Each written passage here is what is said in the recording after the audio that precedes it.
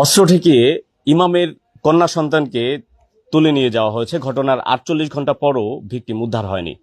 আমরা সরাসরি ভিকটিমের পিতার সঙ্গে যুক্ত হতে চাই এবং তার বাড়িতে যে ভাঙচুর করা হয়েছে দরজায় সহ বিভিন্ন জায়গায় ভাঙচুর করে তালা ভেঙে তাদেরকে নিয়ে যাওয়া হয়েছে, সেই কন্যা সন্তানকে তুলে নিয়ে যাওয়া হয়েছে। আমরা সেই চিত্র দেখানোর চেষ্টা করব। এই যে দরজার বাইরে থেকে আমরা দেখানোর চেষ্টা করছি, দেখুন দরজাটা কতটা ফাঁকা করে ফেলেছে এবং ভেতরের যে দরজা রয়েছে আরো একটি দরজা দেখুন কিভাবে ফিল্মি স্টাইলে দেখুন দরজা ভেঙে তারপর সেই ইমামের কন্যা সন্তানকে জোরপূর্বক মাথায় অস্ত্র ঠেকিয়ে, ইমামের বুকে অস্ত্র ঠেকিয়ে তারপর তুলে নিয়ে যাওয়া হয়েছে। এই ঘটনায় মামলা হয়েছে। ঘটনার 48 ঘন্টা পেরিয়ে গেলেও ভিকটিম উদ্ধার হয়নি। আমরা সরাসরি ভিকটিমের পিতার সঙ্গে কথা বলবো। একটু আপনি বলবেন যে কি হয়েছিল সেদিন? আমি হাদিউল ইসলাম, মাওনা বাজারের পাশে মাওনা ইউনিয়ন 1 নং ওয়ার্ডে বাইতুল মুত্তাকিন জামে মসজিদের ইমাম। আমি এই এলাকায় দীর্ঘদিন যাবৎ ইমামতি করি। আমার ছেলে মেয়েদেরকে লেখাপড়ার জন্য আমি ফায়ার সার্ভিসের সামনে মমিন মোল্লা স্যারের বাসায় ভাড়া থাকি আমার ফ্যামিলি নিয়ে।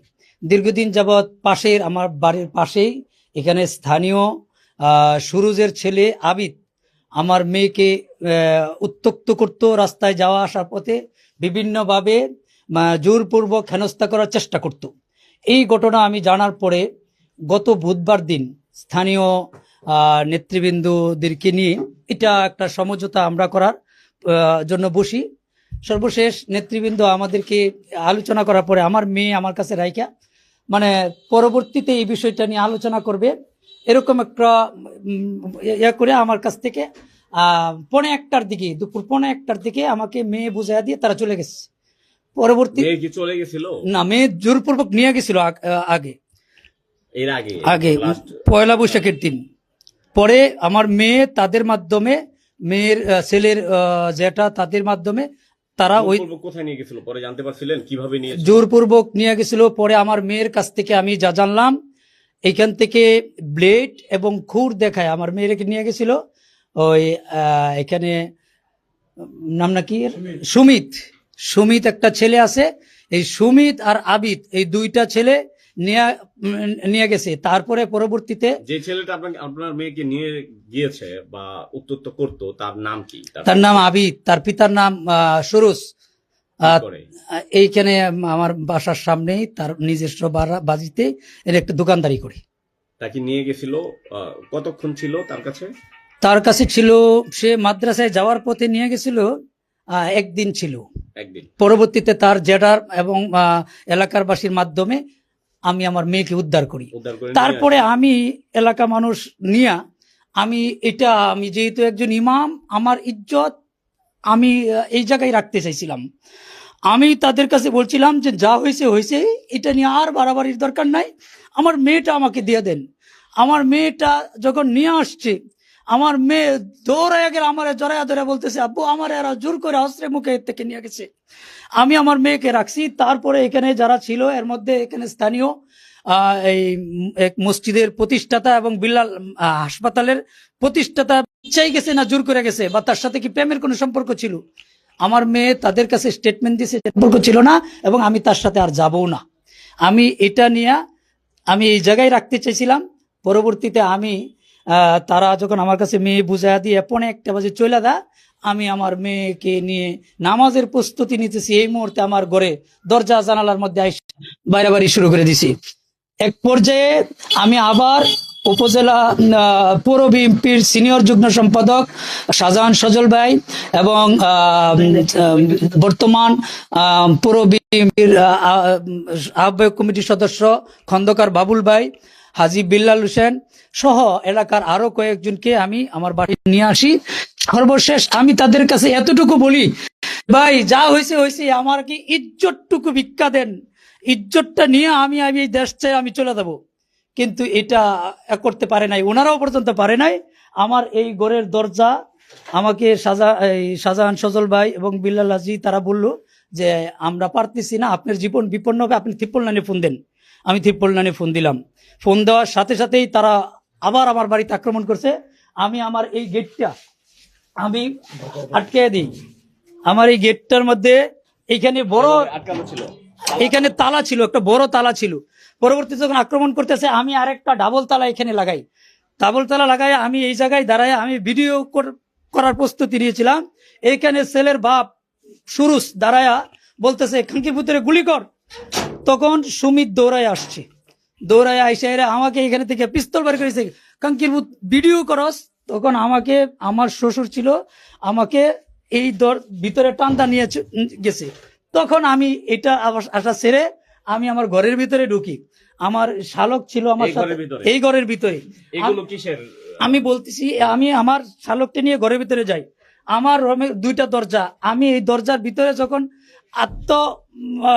হেফাজত করতে চাই তখন তারা বাহির থেকে শাবল দিয়া পাড়ায়া সেনা হাতুড়ি হেমার যা লাগে আমি দেখি নাই কি দিয়া এইগুলিটা করছে। সর্বশেষ এই ছিদ্র দিয়া আমাকে পিস্তল ধরছে, কাঙ্কিরপুর দরজা ছেড়ে দে, গুলি করে তোরে মেরে ফেলামু।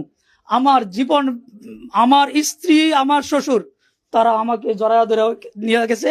তারপরে এক পর্যায়ে এখানে লাথি দিয়ে এই দরজাটা খুলে আমার মেয়ে এসে জড়ায় আমার পাঞ্জাটা ধরছে, বাবা আমাকে হেফাজত করো। আবিদ আর সুমিত, আবিতে আমার গলার এই জায়গায় পিস্তল ঠেকা, খাঙ্কির বুথ ছেড়ে দে নালে গুলি করে মেরে ফেলাবো।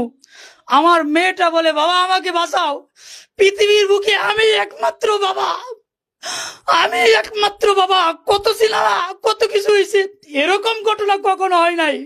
একটা মেয়েকে তার বাবার বুকের থেকে অস্ত্র থেকে বাস্তব নিয়ে যা, এটা একমাত্র জীবন্ত সাক্ষী আমি এই ঘটনার পরে এলাকার সমস্ত মানুষের কাছে বিচার চাই। আমার এই ঘটনা 40-45 মিনিট পর্যন্ত এখানে ঘটে। আমি থিপ্পলনানে ফোন দেই, এরা 40-45 জনের মতন একটা গ্রুপ ছিল। এই ঘটনা যখন ঘটা এলাকার কয়েক শত মানুষ এইখানে আসছে। এত শক্তির উৎস কি? মানে সে মানে তার পিছনে কি অন্য কোনো শক্তি কাজ করে? তার পিছনে আমি পরে যতটুকু জানতে পারলাম, এখানে স্থানীয় ছাত্র দলের যে আমি যতটুকু জানলাম ও ছাত্র দলের একজন সদস্য সম্ভবত, আমি জানি না কোন পদে বা কি আছে। আর ওই সুমিত ওইরকম পরবর্তী এই দুইজনেই পরবর্তীতে তাদেরকে যারা শেল্টার দিছে তাদের নেতৃত্বে যারা এখানে আসছিল। আমার মেয়েও বলছে পাপ্পু একটা ছেলে, ও আর সুহান। আমি পরবর্তীতে তাদের নাম জানতে পারলাম। হ্যাঁ, আমি পরবর্তী এরা নাকি ছাত্রদল করে। হ্যাঁ, এরা ছিল। এরা আমার বাসার থেকে এরা আমার কি বলছে মেয়ে দিবেন না। আমি বলছি না ভাই, আমি মেয়ে দিব না। কি করতে হইব? যে মেয়ে আমাদের মেয়ে আমরা নিয়ে যাবো। কেমনি নিয়ে যাবেন? জোর করে নিয়ে যাবো। এই কথা বলে আমার ঘর থেকে বের হওয়ার সাথে সাথে অ্যাকশন শুরু হয়ে গেছে তাদের। তারপরে সাথে আপনার কথা হয়েছিল? না, আমার কথা হয়নি। ওই শাহজাহান সজল ভাই ছিল, আমার বড় ভাই ছিল। আমাকে সাবেক পৌর বিএনপির সিনিয়র যুগ্ম সম্পাদক, বর্তমান পৌর বিএনপির আহ্বায়ক সদস্য। আমি ওনাদেরকে আনছিলাম আমার জীবন ইজ্জত ভিক্ষার জন্য, যেন আমাকে বের করে দেখ, আমি কোন রকম আমার এলাকায় চলে যাই গফরগাঁও। তাদের মাধ্যমে কি আপনি ওই যে ওদের পরিচয় জানতে পেরেছেন? ওই যে ছাত্র দলের? হ্যাঁ, পরবর্তীতে আমি জানতে পারলাম যে এরা কারা এই করছে। কার মাধ্যমে জানতে পেরেছেন? আমি আমার এই রিলেটিভ মানে বন্ধু বান্ধব অনেকেই আছে, তাদের কাছে জিজ্ঞেস করলাম ওই সুন্দর ছেলেটাকে। পরে আমার মেয়েও বলছে আব্বু এই পাপ্পুরে ধরো, এটাই সমস্ত নাটের গুরু। যখন এই ঘরের মধ্যে আসছে আমার মেয়ে ঘরে, তখন আমার মেয়ে আমাকে বলছে আবু এই পাপ্পু সমস্ত নাটের গুরু। আমি তখন এখানে যারা ছিল তাদেরকে বললাম, এটা কি আগের দিনের গত বুধবার দিনের ঘটনা ভাই। তারপরে এই ঘটনার পরে থিপ্পল লাইনে আমি ফোন দিছি কয়েকবার। আমি আইনের আশ্রয় চাইছি, আমি আমার জীবন ভিক্ষা চাইছি, আমি এদের কাছে করজোরে আমার ইজ্জত ভিক্ষা চাইছি, জীবন ভিক্ষা চাইছি, কোনো কিছুই পাই নাই। আমার মেয়েটা নিয়ে গেছে। তারপরে প্রশাসনের লোক আসছে, আসার পরে আমাকে সহকারে থানায় নিয়ে গেছে, এজাহার লিখছে। কিন্তু এখন পর্যন্ত 2 দিন হয়ে যাচ্ছে আজকে, আমার মেয়ে আছে না নাই তাও কইতে পারি না। এবং এরকম বলতেছে আমার মেয়ের বয়স 1-12-10 সালে জন্ম, 15 বছর 4 মাস। এরপরে আমি এরপরে এই মামলা করেছেন? হ্যাঁ, মামলা করেছি। এরপরে আমি চিহ্নিত করেছি 10 জন, অজ্ঞাতনামা আরো 25-30 জন এখানে আছে। আমি সবাইকে গ্রেফতার হয়েছে এই পর্যন্ত 4 জন চালান হয়েছে, এজাহারভুক্ত 3 জন, পরবর্তীতে আরো অজ্ঞাতনামা তাদেরকে এড করা হয়েছে। আর গত রাত্রেও আরো 3 জনকে অ্যারেস্ট করা হয়েছে। কিন্তু মূল আসামি যে আবিদ, মূল আসামি আবিদ এখনো গ্রেপ্তার হয় নাই। এবং যে অস্ত্রটা মামলায় পাপ্পুকে আসামি করেছেন? না, আমি তার নাম জানতাম না, তখন ওই সময় আমি তার নাম জানতাম না। আমি অজ্ঞাতনামায় আমি তার নাম জানতাম না। পাপ্পুর নাম কি অজ্ঞাতনামায় যাবে পরবর্তীতে? আমাকে যখন হ্যাঁ দেখলেই চিনবো, তখন আমি ইন্ডিকেট করবো, হ্যাঁ এটাও ছিল, আমি বলবো। আচ্ছা, আর এমনিতে প্রশাসনের ভূমিকা কি? প্রশাসনের ভূমিকা বলতে প্রশাসনের ভূমিকা বলতে আমি বলি, এইখান থেকে ওসি তদন্ত, ওসি অপারেশন, ওসি উপজেলা কি জানি থানা ভারপ্রাপ্ত কর্মকর্তা সহ সবার কাছে আমি বলছি। তারপরে এএসপি এবং এসপি মহোদয় গাজীপুর পুলিশ সুপার, ওনার কাছেও আমি জানাইছি এবং ওনার কাছেও বলছি। সর্বশেষ আমি গতকালকে আমি আমাদের টিউনু মহোদয়ের কাছেও গেছি, টিউনু মহোদয় বলছে কিন্তু প্রশাসন চাপ দেয় এবং আমাদের এমপি মহোদয় পর্যন্ত উপজেলা নির্বাহী অফিসার এবং থানায় একাধিকবার ফোন দিছে এই সন্ত্রাসীদেরকে ধরার জন্য। জানি না কার ইয়াতে এখন পর্যন্ত মূল আসামি ধরে না, আমার সাথে সমঝোতার কথা বলে। আমি জানি না আমার মেয়ে বাচ্চা আছে কিনা ভাই। আমি আজকে আপনাদের মাধ্যমে আমার মেয়ে আছে না নাই এটা জানতে চাই। আমি একজন ইমাম হিসেবে দেশের সমস্ত ইমামের কাছে আমার দাবি, আমার ইজ্জত গেছে, এটার জন্য আমি বিচার চাই। আপনাদের মাধ্যমে, ইমামদের মাধ্যমে প্রশাসনের কাছে এবং প্রশাসনের সর্বোচ্চ যারা আছে, আমি উপজেলায় সবাই জানাইছি, আমি এখন পর্যন্ত কোনো বিচার পাই নাই। যেহেতু সমঝোতার কথা কে বলে? সমঝোতার কথা বিভিন্ন জনই বলে, এটা পরবর্তীতে প্রশাসনের পক্ষ থেকে এখন এরকম কেউ বলে নাই। আমি আপনাদের মাধ্যমে পুরা দেশবাসী এবং প্রধানমন্ত্রীর কাছে একজন বাবার আহাজারি শোনানোর চেষ্টা করছিলাম। তার মেয়েকে তুলে নিয়ে যাওয়া হয়েছে, 48 ঘন্টা পেরিয়ে গেলেও এখনো ভিকটিম উদ্ধার হয়নি এবং মূল আসামি এখন পর্যন্ত গ্রেফতার হয়নি। এই ঘটনায় ছাত্রদলের কিছু নেতাকর্মী জড়িত রয়েছেন বলে ভিকটিমের পিতার অভিযোগ। এবং এই ঘটনার পরপরই আজকে ইসলামী ঐক্যজোট এবং হেফাজতে ইসলামের যিনি সভাপতি রয়েছেন, আমরা তার সঙ্গে যুক্ত হতে চাই। তিনি ইতিমধ্যে ঘটনাস্থল পরিদর্শন করেছেন, মেয়ের বাবাকে সান্ত্বনা দিতে এসেছেন এবং কথা বলতে এসেছেন। প্রশাসনের কাছেও তারা কি দাবি জানায় আমরা তাদের সঙ্গে একটু যুক্ত হতে চাই এবং কথা বলতে চাই। আপনি কি দেখলেন এই যে ঘটনা ঘটছে, এটা বাংলাদেশের মধ্যে এরকম কোনো ঘটনা কোনো জায়গায় ঘটছে কিনা এটা আমি জানি না। এরকম একটা মর্মাহত ঘটনা, সন্ত্রাসী কায়দা এরকম ঘটনা ঘটে না। যেই ঘটনাটা ঘটছে, একজন খতিব ইমাম তার অপ্রাপ্ত বয়স্ক মেয়েকে এরকম ভাবে ছিনায় নিয়ে গেল, এটা কেউ পারলো না বাধা দিতে, ইয়া করতে। তারা এত বড় সন্ত্রাসী। আমরা চাই যে প্রধান আসামি আবিদ সহ এবং সকল আসামিকে গ্রেপ্তার করা, আর অতি দ্রুত, যত সম্ভব দ্রুত এই মেয়েকে উদ্ধার করা। মানে মেয়ে বেঁচে আছে না মারা গেছে এটা আমরা বলতে পারি না। আমরা চাই আমাদের ইসলামী ঐক্যজোট, হেফাজতে ইসলাম, সারা দেশবাসীর পক্ষ থেকে আগে আমাদের মেয়েকে উদ্ধার করা, তারপরে আমাদের অন্য ব্যবস্থা নেওয়া এবং সমস্ত আসামিগুলো ধরা। এখনো দেখা যায় আসামিদের সমস্ত দোকানপাট গুলা খোলা, ব্যবসা বাণিজ্য বাড়িদের সবকিছু চলতেছে, মার্কেট চলতেছে, কিভাবে চলে এটা আমার বুঝে আসে না। আমি প্রশাসনকে বলবো, একেবারে দিনে দুপুরে এই ঘটনা ঘটছে, যে সন্ত্রাসীরা মব সৃষ্টি করে দিনে দুপুরে এই ঘটনা ঘটানো হয়েছে। এই জন্য আমরা তীব্র নিন্দা জানাই এবং প্রতিবাদ জানাই। আমরা যদি আগামী 24 ঘন্টার ভিতরে যদি না হয়, আমরা আজকে বাদাসর মানববন্ধন করব। পরবর্তীতে আমরা দেশের ওলামায়ে কেরামদেরকে সাথে নিয়ে কঠোর কর্মসূচি দিব, যে বাধ্য করব এই সরকারকে এবং প্রশাসনকে যাতে আসামি ধরে। এই জন্য আমরা চাই অত্যন্ত দ্রুত সময় যারা এটা আসামিকে ধরা হয়, 1 নম্বর আসামি সহ যারা সহযোগী যারা ছিল সকল আসামিকে যেন ধরা হয় এবং উপযুক্ত বিচার চাই।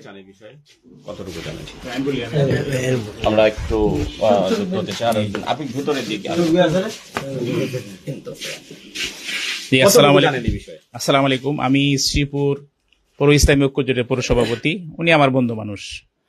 তা আমরা যতটুকু শুনতে পারছি, একটা ফিল্ম স্টাইলে দিনে দুপুরে বিকাল 3টা 3:30টার দিকে অস্ত্র ঠেকিয়ে একটা অপ্রাপ্ত বয়স্ক মেয়ে, একটা অপ্রাপ্ত বয়স্ক মেয়ে, তাকে দিনে দুপুরে এভাবে একেবারে সন্ত্রাসী কায়দায় বাংলাদেশে আমাদের শ্রীপুরে এরকম ঘটনা আর কোন সময় ঘটে নাই। আমরা শোনার পরে ওনার কাছে আসছি, আমরা পরিদর্শন করলাম, দেখলাম এবং এই ঘটনার নিন্দা জানাই। আমরা ইউনু স্যারের সাথে, তারপরে শ্রীপুর ওসি মহোদয় ওনাদের সাথে কথা হয়েছে, এমপি সাহেব থানায় ফোন করছেন, আসামি ধরা হয়েছে বটে, কিন্তু মূল আসামি যারা তারা বিভিন্ন জায়গায় ঘোরাফেরা করতেছে। অনেকে প্রশ্ন তুলছেন যে মেয়ের সাথে কি ওই ছেলেটার সম্পর্ক ছিল কিনা। আমার কথা হলো, মেয়ের সাথে যদি সম্পর্কই হইতো তাহলে তো মেয়েকে বলতো যে তুমি অমুক জায়গায় আসো, আমি রেডি আছি, মেয়ে এমনি চলে যেত। অথবা মেয়ে বলতো যে না আমি ইচ্ছা করে আইছি, তাহলে অস্ত্র ঠেকায় ফিল্মের স্টাইলে এইভাবে ভাঙচুর কইরা পিস্তল ঠেকায়া, তা এরা কোন ধরনের সন্ত্রাসী? এরা পিস্তল পায় কই এই দেশে, নতুন সরকারের দেশে? হ্যাঁ, এরা পিস্তল ঠেকায় মেয়ের বাবার বুকে অস্ত্র ঠেকায়া নিল, তাহলে মেয়ের সাথে সম্পর্ক ছিল আমরা কিভাবে বুঝি? সম্পর্ক থাকলে মেয়ে স্বেচ্ছায় যেত, কিন্তু মেয়ে তো অস্ত্র। প্রায় আজকে 46 ঘন্টা চলছে, 45-46 ঘন্টা চলছে। এর ভিতরে কিছু আসামি হলেও, অ্যারেস্ট হলেও, মূল আসামি যারা তারা দিব্যি ঘোরাফেরা করতেছে বিভিন্ন জায়গায় এবং আতঙ্ক সৃষ্টি করতেছে এবং সমঝোতার সৃষ্টি করতেছে, চেষ্টা করতেছে, হুমকি দিতেছে। সমঝোতা না হলে তাদেরকে মেরে ফেলবে, তাদের জীবনের কোনো হুমকি, তাদের এখন এর নিরাপত্তা নাই। এই ঘটনার পর থেকে এলাকাবাসী আতঙ্কিত কিনা? এলাকাবাসী আতঙ্কিত, যেহেতু এটা অস্ত্রের ব্যাপার। আমরা এলাকার ময়মুরব্বী যারা আছে ওনাদের সাথে কথা বললাম, ওনারাও বলতেছে যে হ্যাঁ এটার সুষ্ঠু বিচার হোক। হ্যাঁ, ওনারাও বলতেছে সুষ্ঠু বিচার হোক। সুতরাং আমরা উলামায়ে কেরামের পক্ষ থেকে, আমাদের শ্রীপুর, আমাদের সংগঠনের পক্ষ থেকে এটা তীব্র নিন্দা জানাই এবং প্রশাসনের প্রতি অনুরোধ জানাই যেন দ্রুত মেয়েটাকে উদ্ধার করা হয়। একটা মেয়ে যার নাই, যার মেয়েকে সিনায় নেওয়া হয়ে গেছে, একটা অপ্রাপ্ত বয়স্ক, 15 বছর 4 মাস বয়স, এই মেয়েটা কোথায় আছে, কিভাবে আছে, জীবিত না মৃত, ফ্যামিলি, তার মা বাবা কেউ বলতে পারতেছে না। সুতরাং আমরা যারা পিতা, আমাদের প্রত্যেকের তো সন্তান আছে, সেই জায়গা থেকে আমরা একটু বিবেচনা করে দেখি যে এই ফ্যামিলিটার কি একটা দুর্দশা, কি দুঃসময় পার করতেছে। সুতরাং আমি আজকে প্রশাসনের প্রতি এবং কর্তব্যরত যারা রয়েছেন তাদের প্রতি মানবিক দিক থেকে আমি আবেদন জানাই, দ্রুত যেন এটার মেয়েটাকে উদ্ধার করে এটার একটা সুষ্ঠু তদন্তের স্বার্থে সুষ্ঠু বিচার করা হয় এবং দ্রুত এই ধরনের জঘন্যতম আসামিদেরকে গ্রেফতারের মাধ্যমে দৃষ্টান্ত শাস্তি দেওয়া হয়। আপনার বুকে পিস্তল ধরেছিল? আমার এই জায়গায় পিস্তল ধরছে, আমার গলায়, আমার আচ্ছা, এই যে পিস্তল কে ধরেছিল? আর সুমিত আজকেও সুমিতের দুলাভাই এই স্বীকারোক্তি দিছে এসআই লালচানের সামনে। তার দুলাভাই বলছে আমার কেউ অস্ত্র ঠেকাইছে। এটা সুমিতের মানে পরিচয় কি? সুমিতের পরিচয়, সে এইখানে করইতলা, এখানে এক ভাড়া থাকে এখানে। তার কি তা জানি না, সে একটা উশৃঙ্খল ছেলে, তার ফ্যামিলির সাথে কোনো ধরনের সম্পর্ক নাই। তার ফ্যামিলি তাকে আজকে যা জানতে পারলাম ত্যায্য করছে। সুমিত কি গ্রেফতার হয়েছে? না, সুমিত গ্রেফতার হয় নাই। সুমিতের কাছে অস্ত্র আছে। আমি আমার জীবনের নিরাপত্তাহীনতায় ভুগতাছি ভাই। আমি গত 3 দিন যাবৎ আমি এই ঘটনা পরে শ্রীপুর ফ্লাইওভারের নিচে রাত কাটাইতেছি, আমি এখানে আসতে পারি না। আজকে মুফতি শামীম ভাই সহকারে উলামায়ে কেরামকে নিয়ে আমি আজকে আপনার ঘরে থাকতে পারতেছেন না। আমি আজকে ঘটনা পরে থেকে আজকে মাত্র বাসায় আসছি, আমি আসি নাই, আমি এখানে আসতে পারতেছি না ভাই। পাপ্পু ওরা কি একসাথে ছিল? পাপ্পু ছিল ওই সময় ছিল তারা। দর্শক, মব সৃষ্টি করে বুকে অস্ত্র ঠেকিয়ে ইমামের কন্যা সন্তানকে তুলে নিয়ে যাওয়া হয়েছে। প্রায় 30-40 জন দিনে দুপুরে এই কর্মকাণ্ড ঘটিয়েছে। তিনি স্থানীয় একটি মসজিদের ইমাম এবং এই ঘটনায় বাংলাদেশ হেফাজতে ইসলাম ও ইসলামী ঐক্য জোটের যারা নেতৃবৃন্দ রয়েছেন তারা ঘটনাস্থলে এসেছেন, তাকে সান্ত্বনা দিচ্ছেন এবং তাদেরও দাবি যেন প্রশাসন এই ঘটনার সুস্পষ্ট তদন্ত সাপেক্ষে যারা সরাসরি এই ঘটনায় জড়িত, যারা মূল আসামি, যারা নেতৃত্ব দিয়েছেন, যারা অস্ত্র ঠেকিয়েছেন, তাদেরকে যেন অতি সত্বর গ্রেফতার করা হয়। নয়তোবা এই এলাকাবাসীর মধ্যে যে অস্ত্রের কারণে যে আতঙ্ক ছড়িয়েছে সেই আতঙ্ক কোনোভাবেই কমবে না এবং আইন শৃঙ্খলা পরিস্থিতি স্বাভাবিক হবে না বলে মনে করছেন ইসলামী দলের নেতাকর্মীরা। প্রিয় দর্শক, এতক্ষণ জানানোর চেষ্টা করছিলাম মোহাম্মদ মুজাহিদ, গাজীপুর।